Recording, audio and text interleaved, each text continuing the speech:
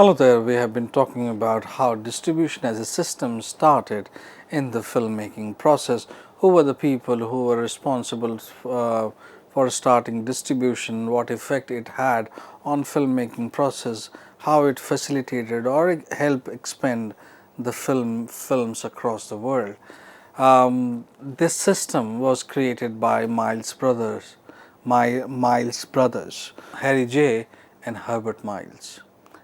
What they did, they actually got connected with the producer and started leasing out films to the exhibitors, and this actually helped grow the growth of permanent theater known as Nickelodeon across the nation. We are talking about United States, and obviously there was a permanent theater.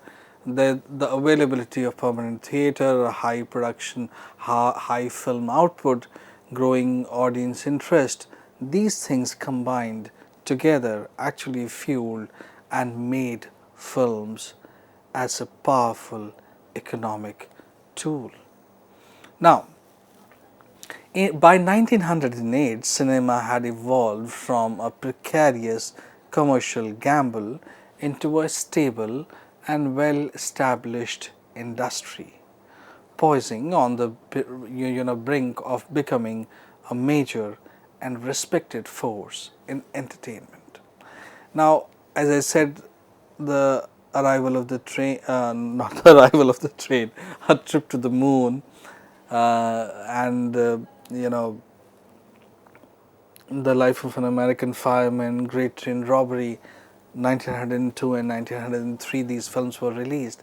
Now, as you can see on your screen, by 1908, cinema had evolved from a precarious commercial gamble into a stable and well-established industry, poised on the brink of becoming a major and respected force in entertainment.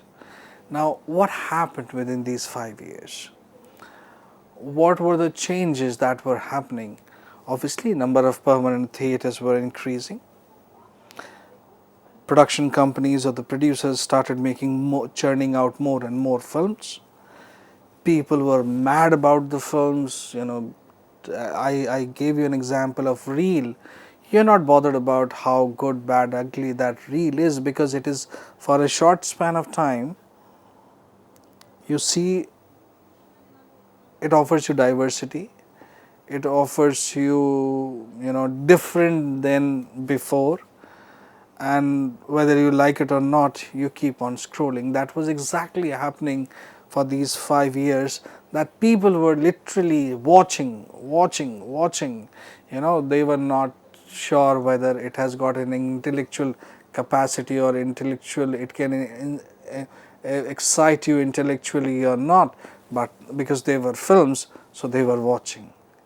So in today's time, had this lecture been delivered 20 years back, this point could have been very difficult to explain, and it could have been more difficult to convince you. But as I gave you an example of reel, so I'm sure that you can understand what I'm trying to say. And moreover, the basic development that happened in these 5 years from 1903, 4, 5, 6, 7, 8, there were many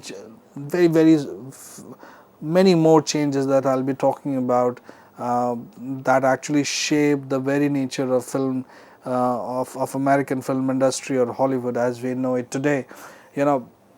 So in these 4, 5, 10 years, whatever being churned out, whatever is being made, whatever is being seen, whatever is being projected, whatever is being introduced, it became a major economic activity, and a new form of entertainment. It is not that by this time other forms of entertainments were not available.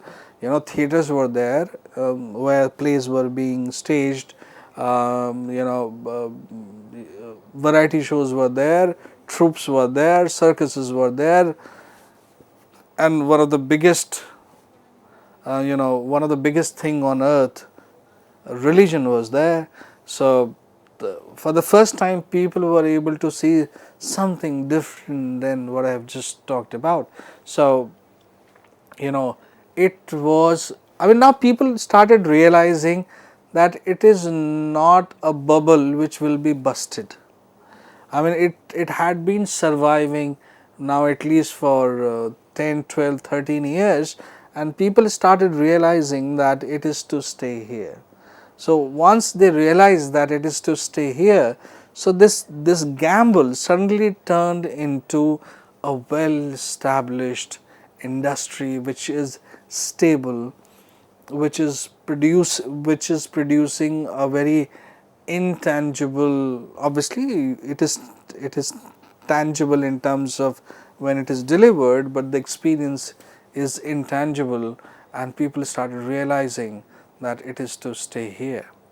Now in 1908, now as you can see on your screen, that in 1908 the United States witnessed an astounding 10,000 Nickelodeons and 100 film exchanges, highlighting the burgeoning popularity of cinema. You realize that it is 10,000 Nickelodeons and 100 film exchanging. This is highlighting the popularity of cinema. So 1895, first commercial screening, in a small, in a basement, in a small room, and now 10,000 Nickelodeons and 100 film exchanges. Look at the options that exhibitors had.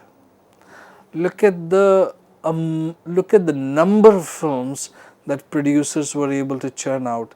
I mean, I'm talking about good things right now. I'll be talking about bad things also. It's not, but think of the scale. Think of the scale. I mean, 10,000 Nickelodeons or 10,000 cinema. I mean, this looks reality of India today. I mean, obviously there are few more thousand cinemas in India, but think of 1908. I mean, around 12, 15, 17, 117 years back. So United States witnessed an astounding 10,000 Nickelodeons and 100 film exchanges. You can understand you can understand how much business they are doing, how popular they are, and how much work is available for people to do. Now, during this dynamic period that I am talking about, 1908, during this dynamic period, please remember this, 9 major production companies and numerous smaller ones were vigorously churning out films, with each director producing 2 one-reel films every week. Now you can calculate the output. This remarkable output underscored the rapid growth and excitement of the film industry at that point of time. Now, what are these 9 major production companies? I'll be explaining about who are those 9 companies, who becomes actually the patents companies. How they came together, formed a group called MPPC. I'll be explaining that during my lecture, and how in every production company, not production house, production company, every director, even this title director, I'll be talking about that. Every director was forced, actually, and I'm using this word deliberately because that was the complaint of Edwin S. Potter also, and that was the complaint of George Méliès also. So each director was forced to produce, 2 one reel film every week. So if I'm a production company and you are a director employed by me in my company, so in 1 month I as a producer is expecting, not expecting, rather you are delivering at least 8 to 9 to 10 films to me, you know. So obviously sometimes you have more, more than 4.5 or quarter and 4, sort of in score. So from 8 to 10 films per month, you as a director is delivering to me. Why I am forcing you? Because there are buyers, there are exhibitors, there are distributors, exhibitors, and nobody bothers what sort of whether it is a compelling film or not. It is a film. So it will be there, it will be in the algorithm, people will be watching it and they will be excited about the film. Not what is there in the film, but as a medium itself. Now this remarkable output underscore the rapid growth of excitement of the film industry at the same time. Now it is not only the case in US.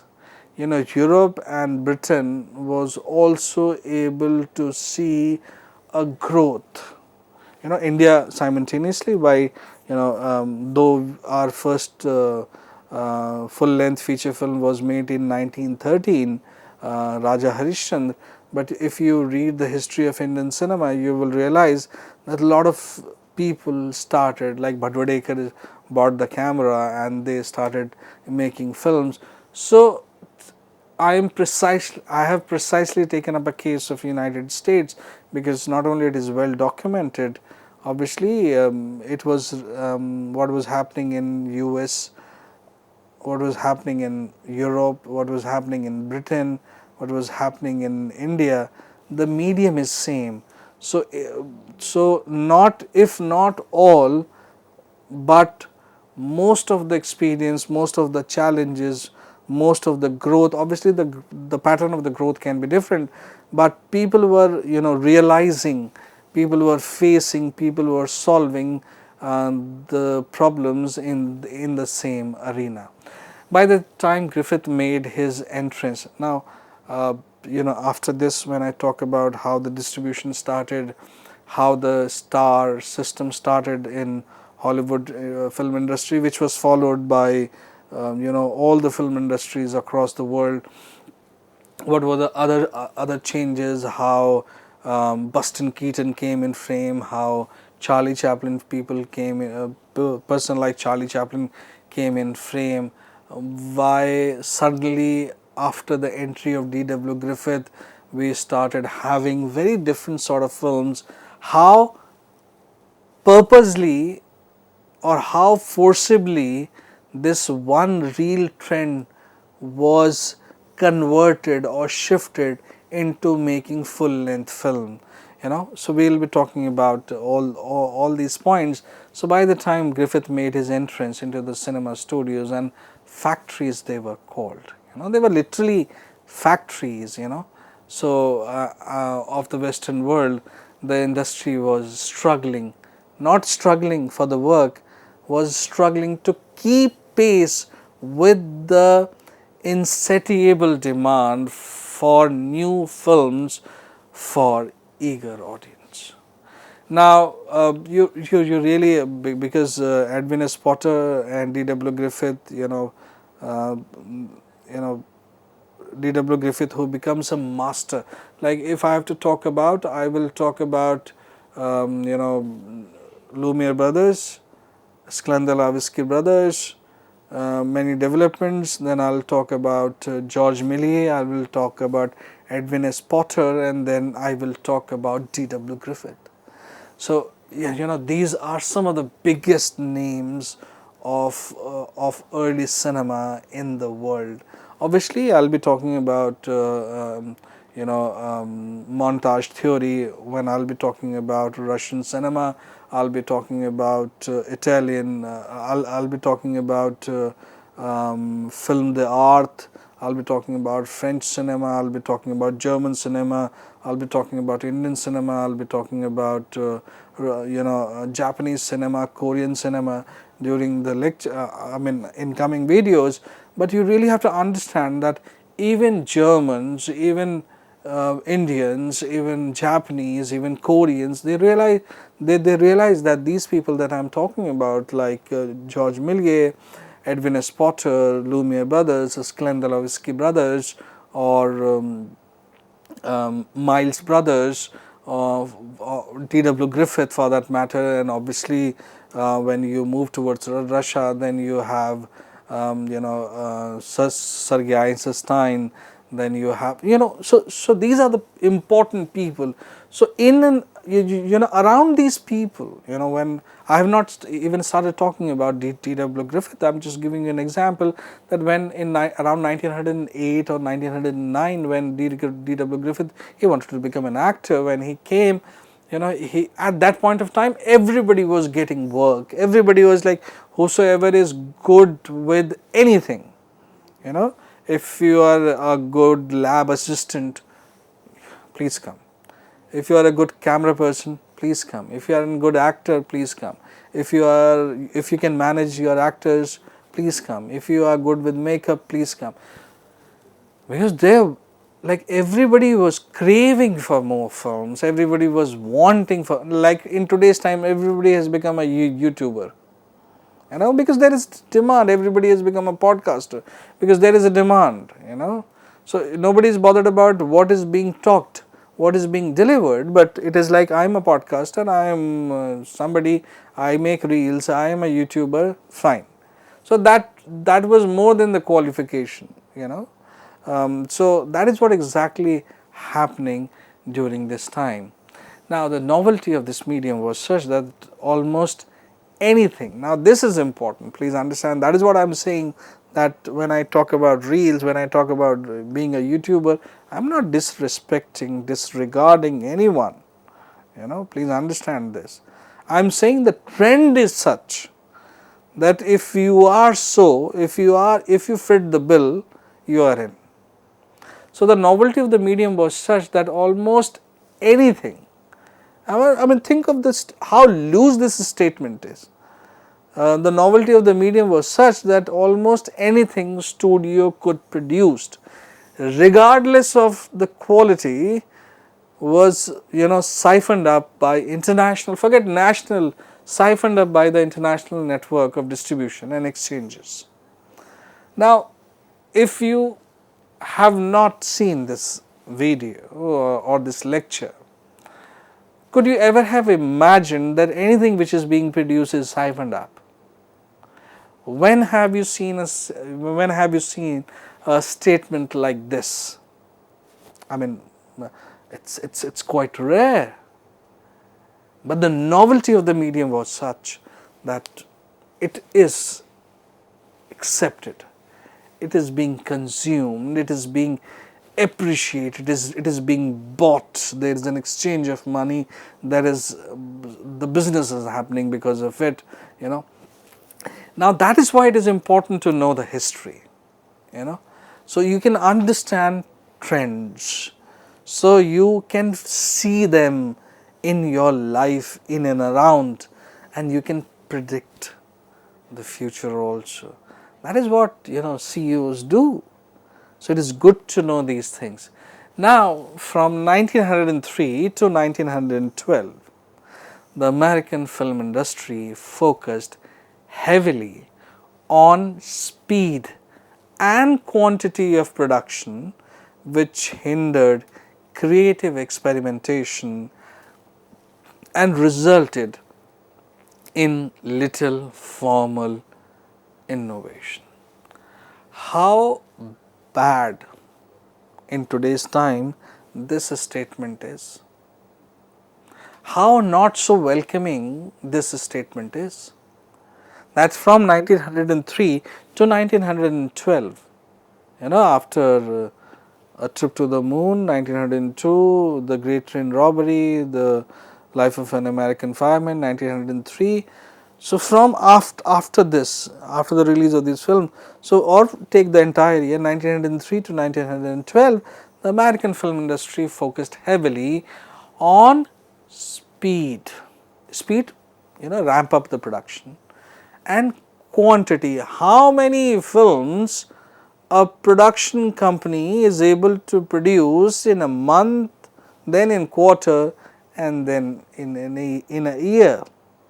So they were it was about, it was more about, okay, what is your number? Sir, my number is 80. Okay. What is your number? Sir, my number is 100. Oh, very well. What is your number?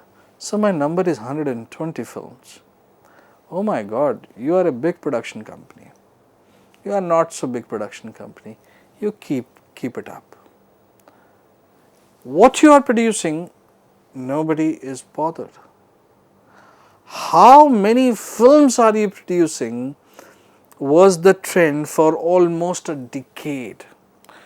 To 1903, 4, 5, 6, 7, 8, 9, 10, 11 and 12. Almost 11 years, more than a decade. Now think of something that more than a decade this madness was going on. When I delivered a lecture on Edwin S. Potter, when I delivered a lecture on George Millier, I was super excited. I was talking about the intellectual development, I was talking about the development that happened in the craft of filmmaking. And here, after these two gentlemen, obviously they were the part of the journey also, they were forced to make films, that is why they were not able to make different films. And then year 1902 and 1903, a trip to the moon in 1907, if I remember it correctly, a trip to the sun was produced on the same structure of a trip to the moon.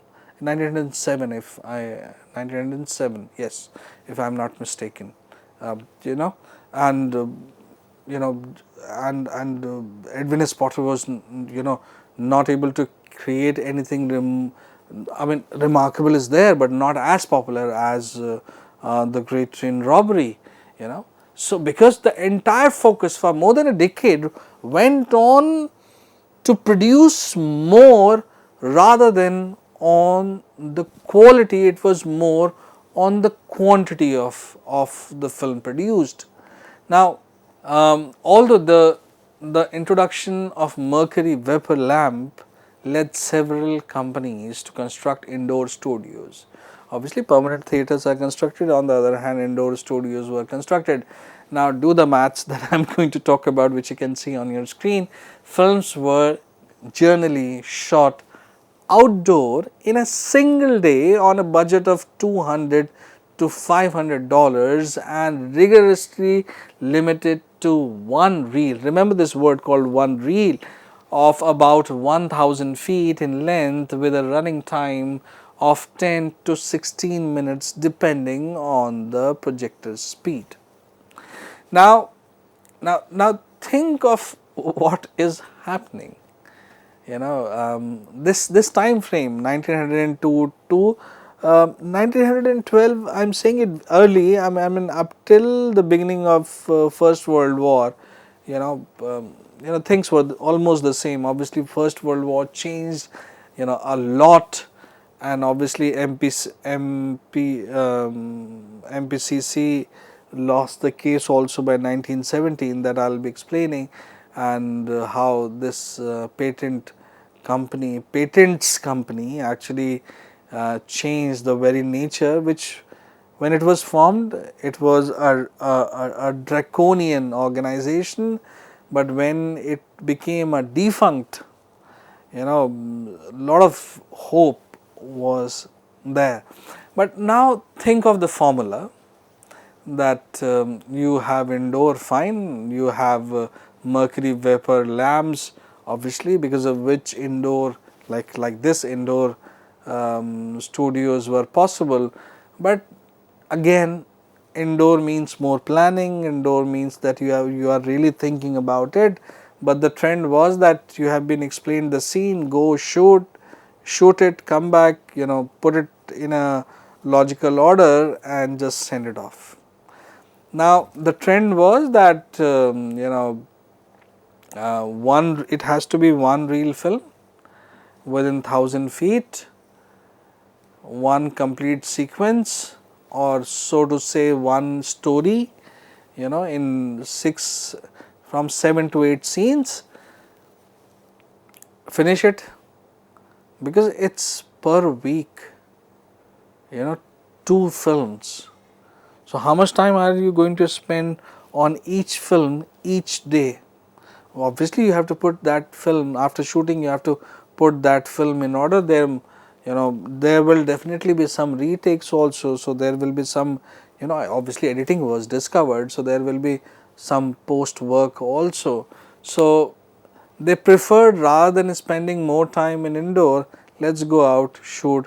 So, majority of the early films, if you have seen, I am not talking about the early films made in the studios of Thomas Alva Edison, like the Old Sneeze. Obviously, that is an indoor film. Majority of the producers of that time realized that, bhai, we are not going out, we are not going indoor, because that is lot of planning, that is lot of lighting setup, more money will be involved. Let's get out on street, do it, finish it, cut it, chop it, fix it, send it. So, something like this started happening, and a 10 to 16 minute film, depending on the projector speed, was in place.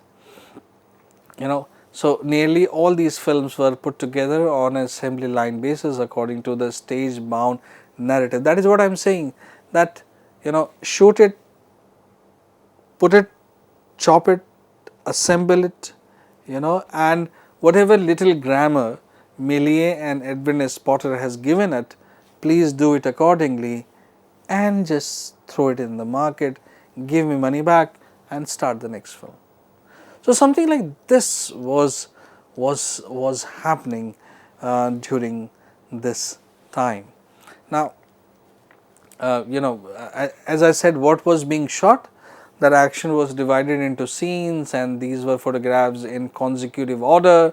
The number of scenes, they were limited to 7 to 8, as I just explained, each 100 to 150 feet long, in order to keep the story within 1000 feet length of the raw film cane also, and the raw film came also. So, on your screen you can see came, but it is of the raw film cane and came, both are right obviously, but the can will be more logical. Increased production necessitated more people and a division of duties to speed the output. Now, this is something which is really interesting. So I have explained you the maths, how it was happening. Now, see the film, how films were made. The entire story was divided into scenes. You are outdoor, shooting it in a logical or consecutive order. Whatever little grammar that we have understood from George Méliès or from Edwin S. Potter, and we are finishing that in 1000 feet long film. And because we have to speed up, and one per director, two films or 2 one-reelers are required. So, there was a need for the division of duties to speed up the output. We will be talking about these divisions, we will be talking about how they were able to achieve more output. Thank you very much.